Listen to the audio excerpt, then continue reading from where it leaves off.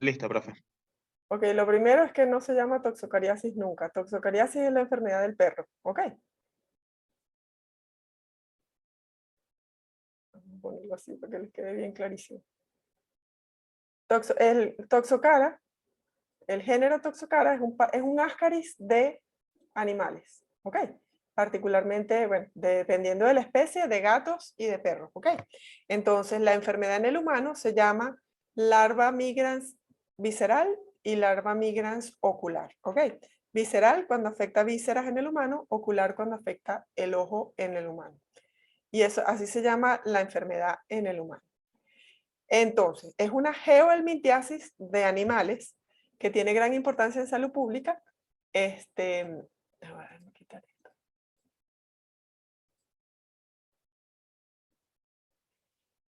Causada por larvas de nematodes del género Toxocara. ¿Ok? Entonces, si es el nematode del perro, el ascaris del perro se llama Toxocara canis, y si es el ascaris de los gatos se llama Toxocara cati. ¿Ok? Y existe también de otros, particularmente ¿cómo se llama? Felinos salvajes, también hay otra especie llamada Toxocaris leonina. ¿Ok? Entonces, una infección, lo que vamos a ver hoy es la migración de las larvas de este parásito por el humano, que es un hospedador accidental, eh, eh, que va a provocar entonces lesión a nivel de los tejidos. ¿Ok? Entonces, es un parásito de perros y gatos y felinos salvajes. Igual, pertenece al reino Animalia, orden Ascaridida, pues dijimos que era un ascaris.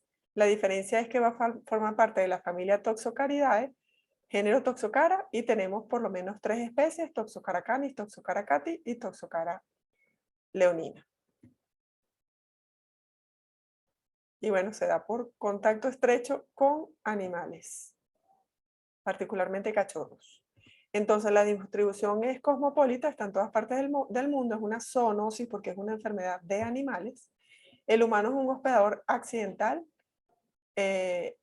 o paraténico. La forma parasitaria para el humano es el huevo que está en el suelo, porque es un geohelminto. Entonces sería tierra o agua contaminada con heces de animales. El grupo etario más importante son niños con una edad promedio más o menos de 2 años. La fuente de infección, como dijimos, son el contacto con la tierra contaminada con heces de perros y gatos, ¿ok? Entonces, no es el perro y el gato, sino la tierra contaminada, porque acuérdense que, como dijimos antes, los geohelmintos necesitan que el huevo pase un tiempo en la tierra para que se desarrolle la larva en su interior y que de esa manera sea infectante. Se caracteriza por ser un síndrome febril irregular que dura 1 o 3 meses y el paciente normalmente tiene eosinofilia. Entonces, fíjense que aquí lo que le ponen es que es endémico en todos estos lugares que tienen color verde oscuro. Amarillos son casos esporádicos en los otros lugares que son más bien de áreas templadas. Y bueno, blanco no endémico, pero no veo nada aquí blanco. Entonces, ¿cuáles son los factores de riesgo? Es más común que afecte a niños porque los niños tienden más a jugar con tierra que los adultos, tienden más a tener geofagia. No creo que haya mucha relación entre raza negra y blanca realmente, pero lo que se asocia principalmente es geofagia. ¿Ok? Está asociado al ambiente, un indicador de bajo nivel socioeconómico, porque evidentemente tiene que haber tierra contaminada. Es más por contacto con suelos con tierra contaminada por heces de mascotas. ¿Ok? Esto es una foto de un Toxocar. Sus formas evolutivas son las mismas que Ascaris, ¿ok? Entonces van a tener un huevo, pero este huevo va a estar en las heces de perros y gatos. Va a haber 4 estadios larvarios: larva L1, larva L2, larva L3, larva L4. La larva L1 va a estar dentro del huevo, y la larva L2 y la larva L3 y L4 va a tener el mismo ciclo biológico que para Ascaris lumbricoides, pero dentro del perro y en el gato, o sea que va a pasar por vía circulatoria a corazón derecho o por vía hematógena o linfática a corazón derecho, de corazón derecho a pulmón.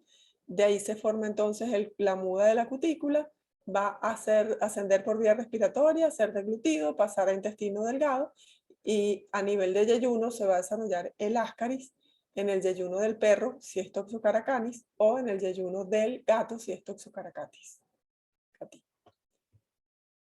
Entonces dijimos que eran, estos huevitos están en las heces de los animales.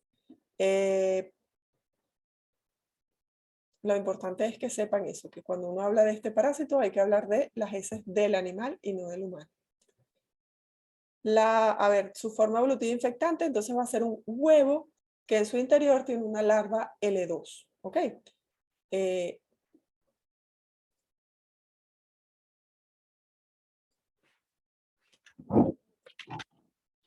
que les quede clarísimo que es un huevo, ¿ok? Un huevo que contiene en su interior una larva L2, igualito que con Ascaris lumbricoides, ¿ok? Va a tener aletas laterales, tiene una forma evolutiva patógena diagnóstica en el humano, ok. En el humano, el diagnóstico más bien es muy difícil y lo que ocurre, vamos ahorita a hablar de qué es lo que pasa en el humano. El humano evolutiva infectante. Ese huevo entra por vía oral, va a llegar igualito que el Ascaris de humanos a intestino, a estómago y a intestino delgado y va a eclosionar, ¿ok? Va a salir la larva L2 y esa larva L2 va a migrar hacia los pulmones. Pero como este parásito no es de humanos, el sistema inmunológico lo reconoce a nivel del hígado principalmente, porque la mayoría de esas larvas van a migrar por vía circulatoria y que los atrape el hígado. También pueden migrar por vía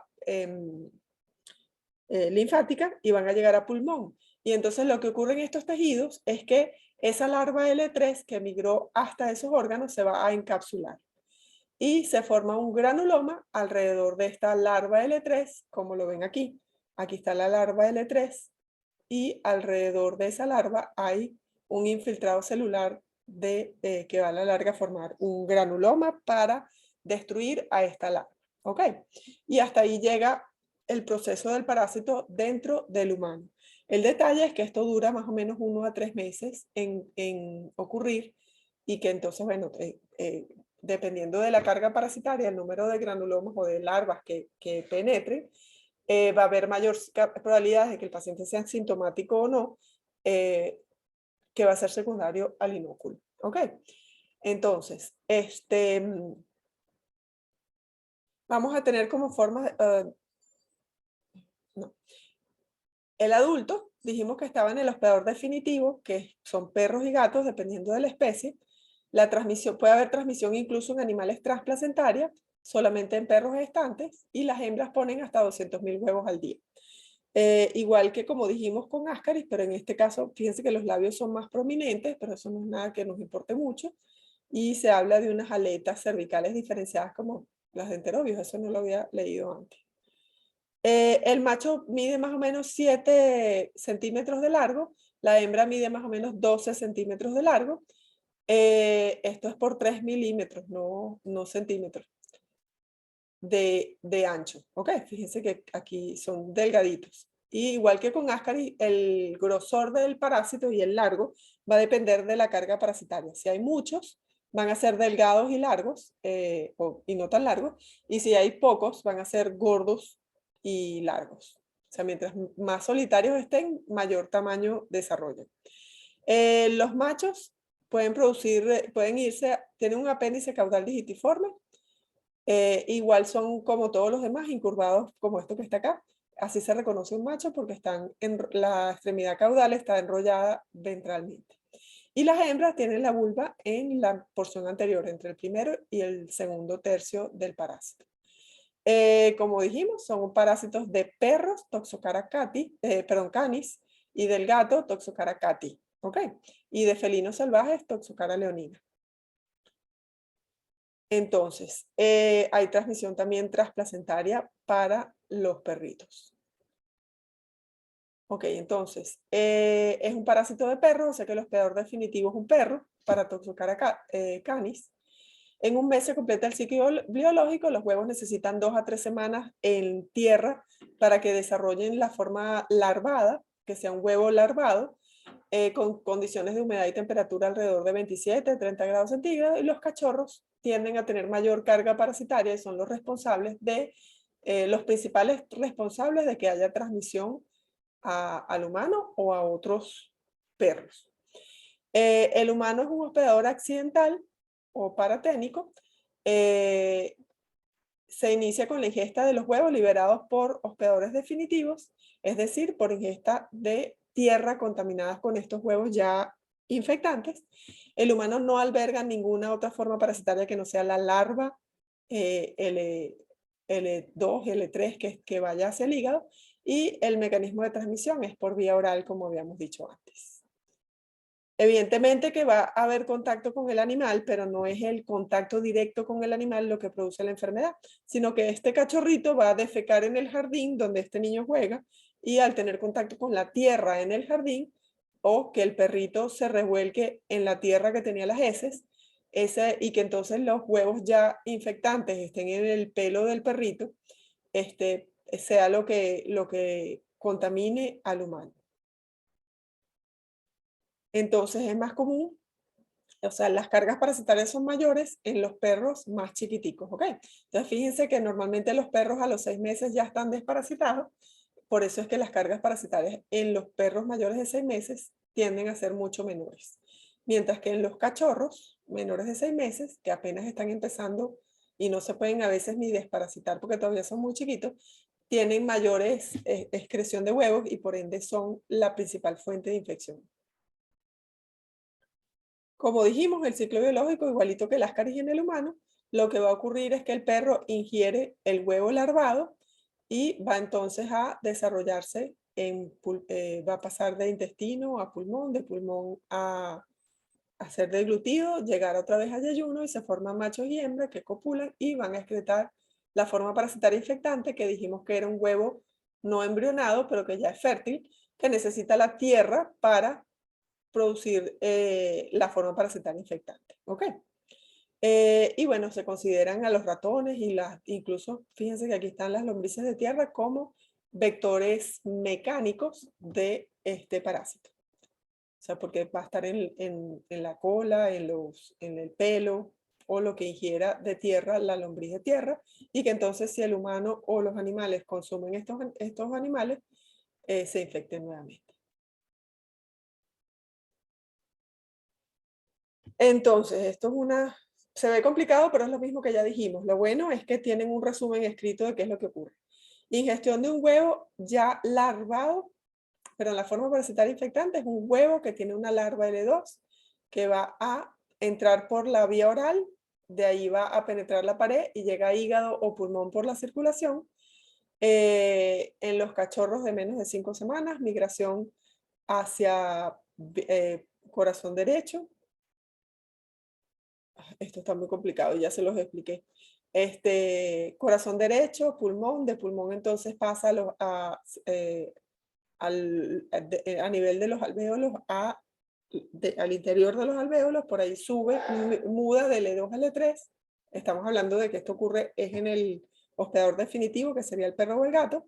Va a ser deglutido y asciende gracias a los cilios del aparato respiratorio por la vía respiratoria, va a ser deglutido a nivel de la faringe, va a pasar entonces a estómago, se muda en intestino delgado, en yeyuno de L3 a L4, se convierte en adulto, copulan y ponen huevo. ¿Ok? Y en estos cachorros hay altas cargas parasitarias. Los adultos van a tener menor carga parasitaria, pero va a haber migración a las glándulas mamarias y de esa manera pueden infectar a los cachorros también. Eso es otra fuente de infección para los cachorros. También puede haber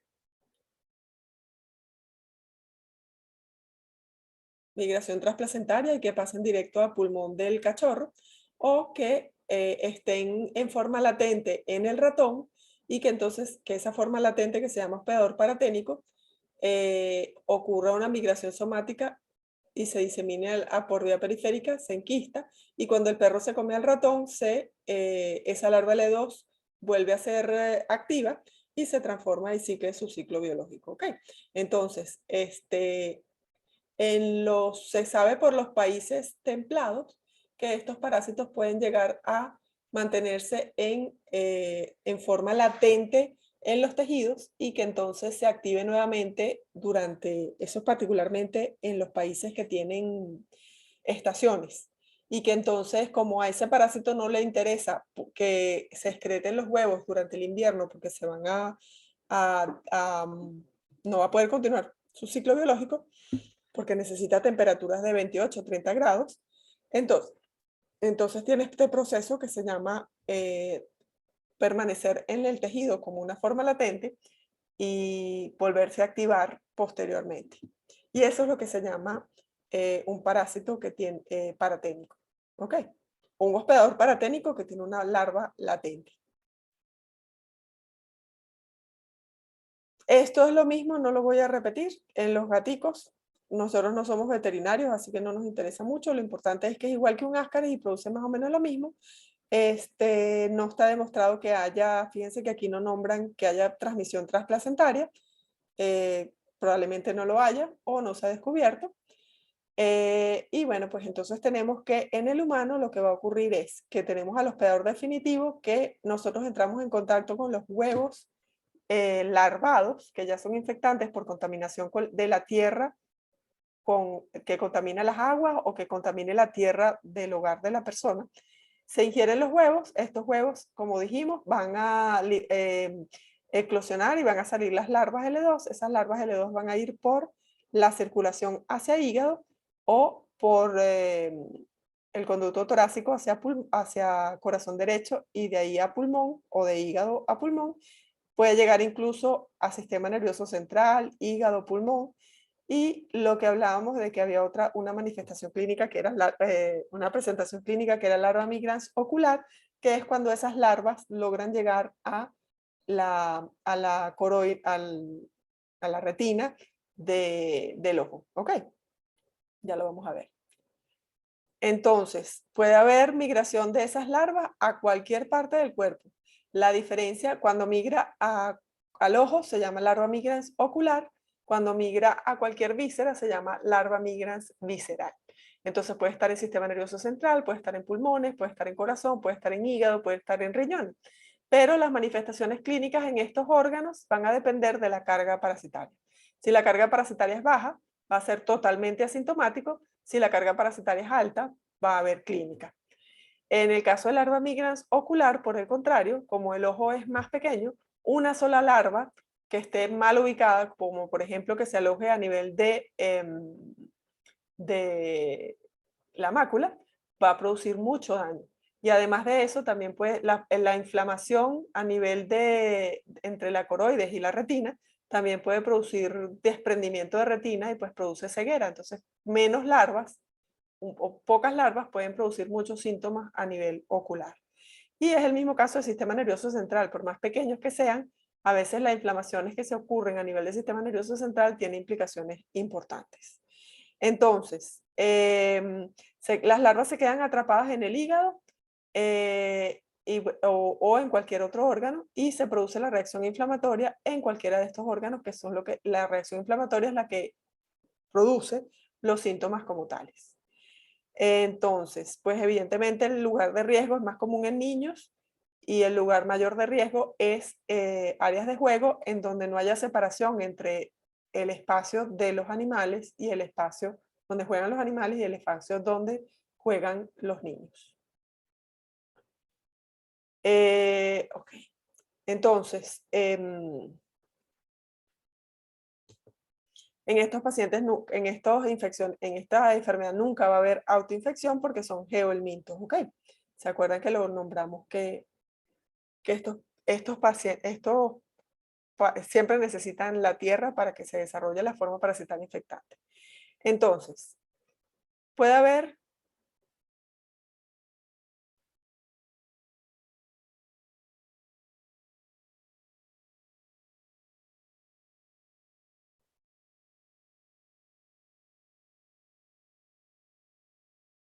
esto, Yo prefiero que se aprendan que es un Ascaris igual que en el humano y es un geohelminto y necesita pasar por la tierra para que pueda ser infectante para su hospedador definitivo, que serían perros y gatos. Puede haber igual contaminación por ingestión de tejidos que tengan las larvas enquistadas.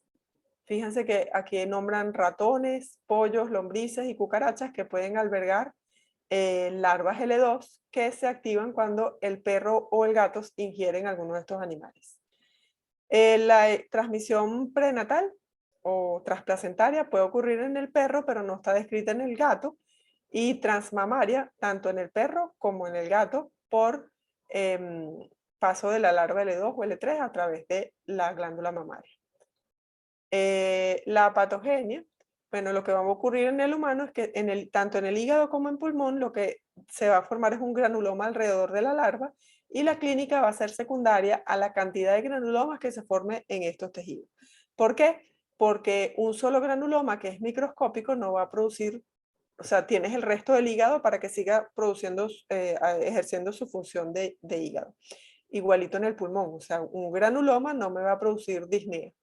Ahora, si el inóculo es muy grande y no tengo un granuloma, sino que tengo 10.000 granulomas o 1.000 granulomas, ahí sí probablemente se presente algo de disnea o de alteración del funcionalismo hepático y que se me alteren las enzimas hepáticas. ¿Ok?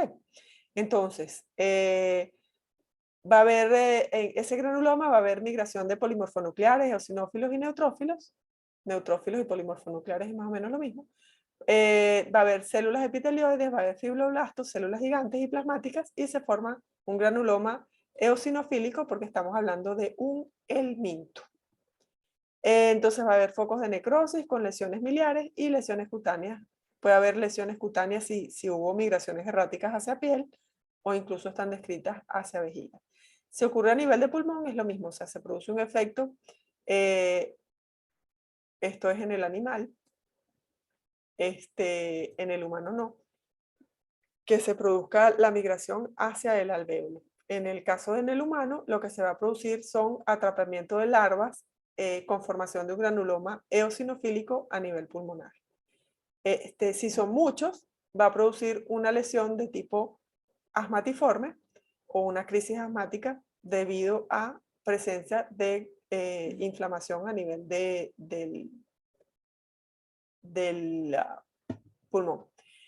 A nivel del ojo, como les dije antes, con un solo verme puede producirme inflamación y ese granuloma que se genera que me puede inducir una o necrosis y que entonces se produzca una corioretinitis, que es la inflamación de la coroides y la retina, y que entonces eso a la larga produzca o ceguera directamente por la presencia, por la cicatriz o desprendimiento de retina. ¿Ok? La forma de llegada al ojo es a través de la arteria central de la retina y esa arteria central de la retina va luego a través de esa arteria va a diseminarse a través de los capilares acuérdense que los vasos circulan por la coroides y que entonces a nivel de coroides lo que va a ocurrir es que va a haber un encapsulamiento de la larva y dependiendo de la localización de la larva y por ende del granuloma, la enfermedad se va a producir una lesión más severa o menos severa. Entonces, evidentemente que si involucra la mácula, me va a producir ceguera central. Si involucra alguno de los cuadrantes del ojo, pues me puede producir una ceguera o que vea borroso por los laterales, por los cuadrantes del ojo, o sea, dependiendo de dónde sea la lesión. Y si ocurriese, por ejemplo, a nivel del disco óptico, pues me podría inducir una atrofia del nervio óptico, que no es lo más común, pero todo va a depender del lugar donde muera la larva. En el caso, aquí ya esto es pulmonar, estas son lesiones pulmonares. Entonces, fíjense aquí, la lesión es a nivel muy cercana, este granuloma que está acá es por toxocara, y pues evidentemente está muy cerca de la salida del nervio óptico y me puede producir atrofia del nervio óptico y que el paciente tenga ceguera. Entonces, en el caso del humano se presenta el síndrome de migración larvaria y por ende se llama, puede ser por vísceras, como dijimos antes, hígado, pulmones, riñón, sistema nervioso central o cerebro, o puede ser ocular, que suele ser una lesión unilateral.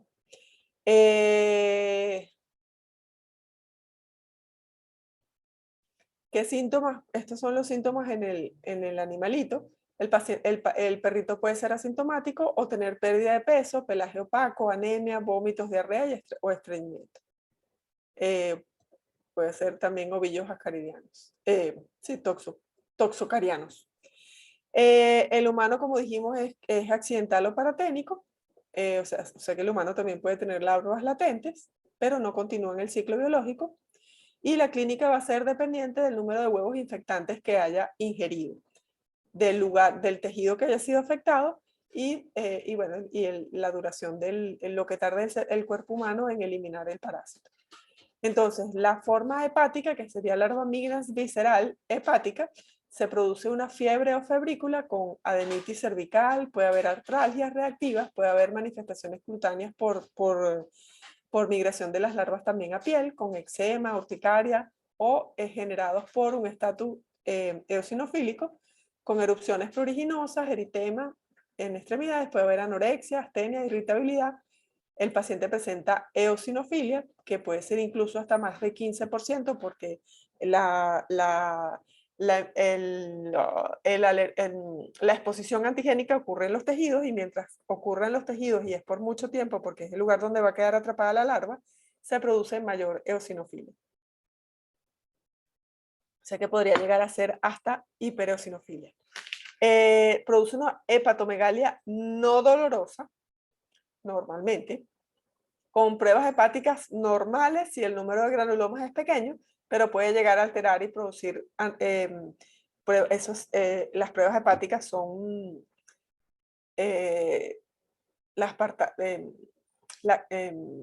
¿cómo se llama? ALT y AST, aspartato deshidrogenasa y alaninotransferasa, y que aumenten,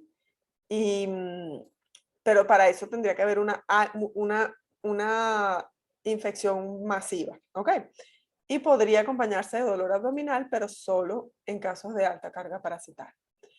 A nivel pulmonar, pues bueno, produciría igual una fiebre o febrícula, más común que fiebre. Puede producir trastornos de la conducta y del sueño, con tos seca o productiva, con broncoespasmos tipo asma. Igual puede haber una adenitis cervical, puede haber artralgias reactivas, porque estamos hablando de una enfermedad que produce eosinofilia. Y por ese síndrome de hipereosinofílico puede producir estatus alérgicos con eczemas, urticarias, erupciones pruriginosas, eritemas en tronco y extremidades. Se acompaña y produce eosinofilia, que suele ser mayor de 15%. ¿Ok?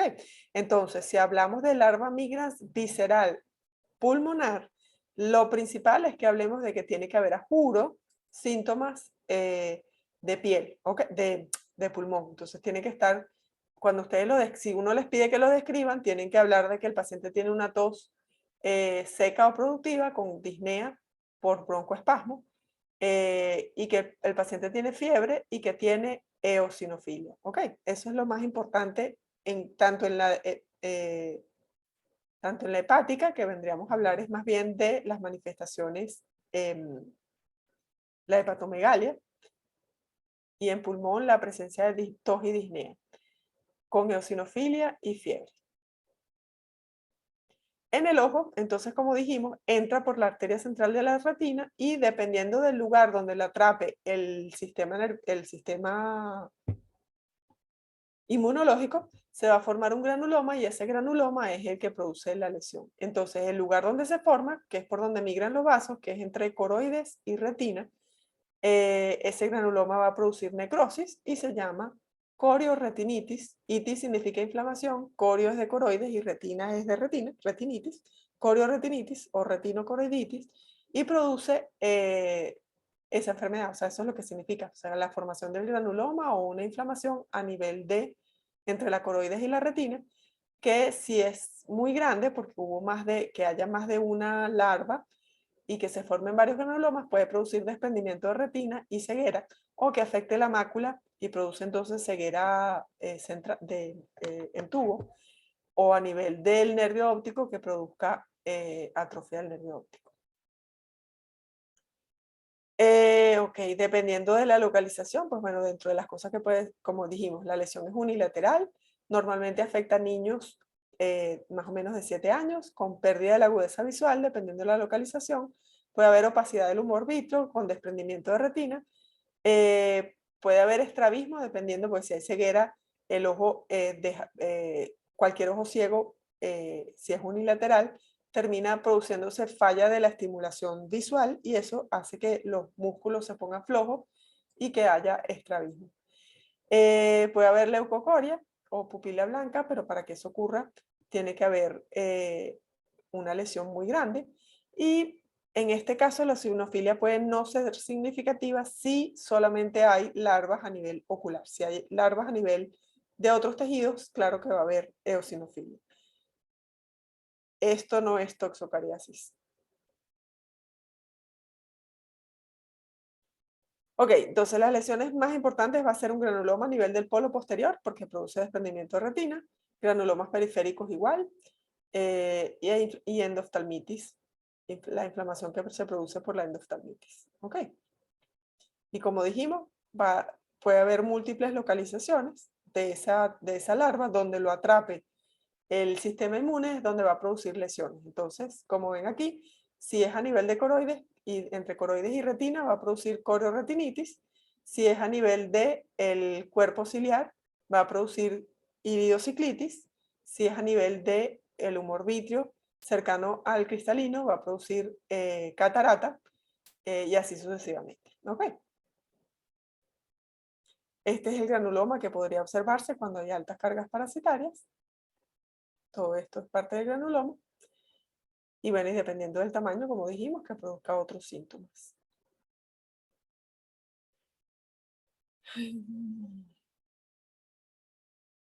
Ok, como en este caso no se necesitan grandes cantidades de parásitos, puede haber, el promedio de edad puede ser desde un niño hasta que pueda ocurrir en adultos.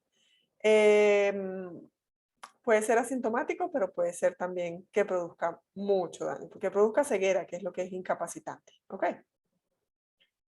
Y bueno, aquí hay varios ejemplos de lo que verían. ¿Ok? Como él migra por la arteria central de la retina, cualquier cosa que les pongan a nivel de esclerótica es mentira. ¿Ok? No es, porque además es un parásito microscópico. Si ustedes ven una lesión, porque les va a pasar mucho con oncocercosis y con toxocara, como lo estamos viendo ahorita. Esto no puede ser sino Loa, que es otro parásito que está en África. ¿Ok? Esto no es esto no es toxocara, aunque el internet diga que sí. Aunque migrase hacia la esclerótica, lo que veríamos es una lesión inflamatoria, no un parásito macroscópico. Porque las larvas L2 y L3 de este parásito miden micras, no llegan a medir ni siquiera 1 milímetro. Entonces, bueno, esta es la endoftalmitis, que sería la inflamación de la parte interna del ojo. Ocurre principalmente entre niños de 2 a 8 años con infección generalizada de todo el ojo. Se produce ojo rojo y dolor, disminución brusca de la agudeza visual, leucocoria, estrabismo y una respuesta inflamatoria severa con múltiples células proinflamatorias e inmunoglobulina. Y múltiples granulomas y por eso es que se llama endoftalmitis. Esto no sé qué es. El diagnóstico es más que todo serológico, porque como les dije antes, un parásito microscópico que está en el tejido, es muy difícil hacer una biopsia y que esa biopsia que tomemos podamos dirigirla, porque hasta el granuloma es microscópico. Y entonces, pues bueno, tendríamos que casi que hacer múltiples punciones en un hígado o en un pulmón para poder detectar la larva y el granuloma. Eso es misión imposible. Entonces, no hay demostración directa del parásito y lo que se hace más que todo es, en el humano, es utilizar métodos. En el perro y gato, por supuesto que sí, porque es el parásito de ellos y se hace un examen de heces y se observan los huevos. Pero en el humano, el diagnóstico es clínico epidemiológico, es decir, que el paciente tenga cualquiera de las clínicas que mencionamos antes de larva amigas visceral u ocular y que tenga antecedentes de geofagia o de falta de higiene y contacto con tierra con heces contaminadas por las mascotas. ¿Ok? El diagnóstico puede ser por imágenes, podríamos hacer si las infecciones son masivas, Que me salga las lesiones en un ecosonograma o en un ATAC es bastante poco probable, pero podría ser si las infecciones son masivas. Lo que se hace es un diagnóstico inmunológico. Principalmente lo que más hace el Instituto de Medicina Tropical es MAVA, que es un tipo de lisa, pero un poquito más sensible. Y a eso después se le hace una prueba puede ser de lisa también, y se detectan tanto anticuerpos IgG, principalmente lo que se hace es detectar anticuerpos IgG. Pero ese anticuerpo IgG, la presencia indica exposición. Y entonces hay que hacer una cosa que se llama avidez de IgG, que la prueba de avidez de IgG lo que determina es la fuerza de unión de ese anticuerpo con el antígeno de Toxocara.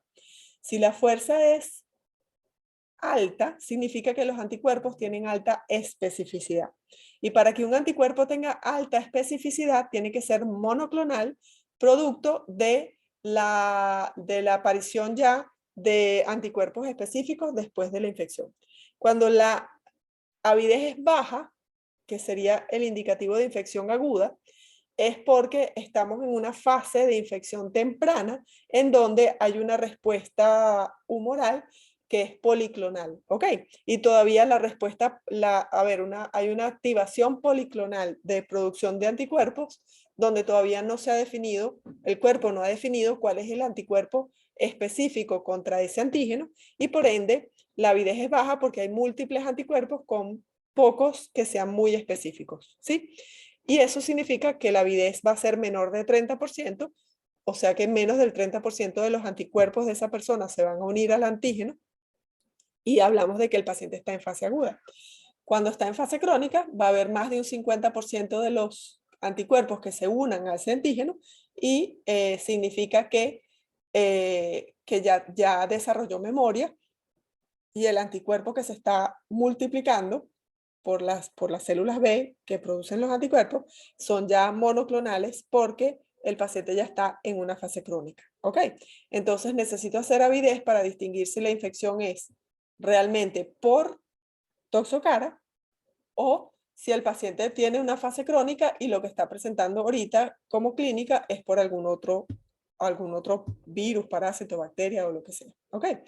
Ahora, más específico que eso, pero es mucho más costoso y menos personas lo hacen, es que hiciésemos cosas como, por ejemplo, un Western Blot y viéramos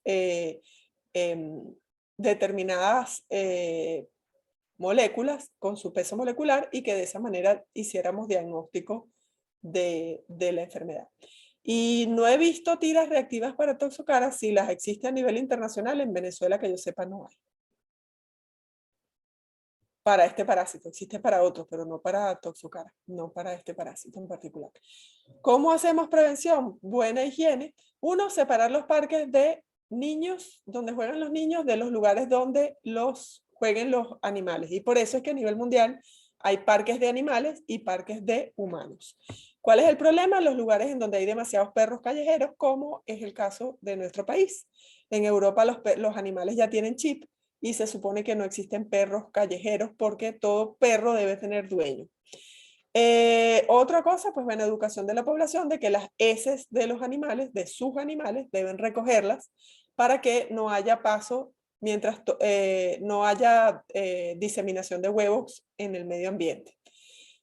Otra cosa, pues evidentemente enseñar particularmente a los niños para esta enfermedad, pero para todo ser humano, que hay que lavarse las manos después de que uno tiene contacto con tierra para evitar la contaminación de las manos y las uñas y que pasen a la boca. Y bueno, y todos los animales deben ser desparasitados antes de los 6 meses o alrededor de los 6 meses para quitarles este parásito que es de perros y gatos y que de esa manera disminuyamos las probabilidades de que los dueños de ese animal se infecten. Entonces, tratamiento periódico de animales domésticos. Cada 6 meses se deben ser desparasitados. Reducción de la población animal callejera, o sea, de los perros de la calle. Todo perro debería tener dueño. Protección de parques y campos de juego y que no estén unidos los campos de tierra, los parques de tierra de niños con parques de animales.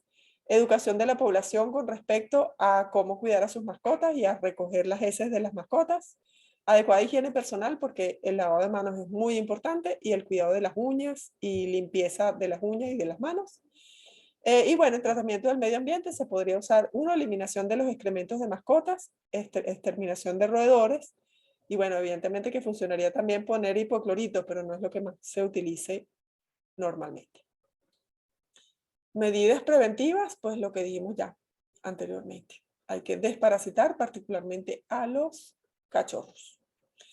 ¿Alguna pregunta?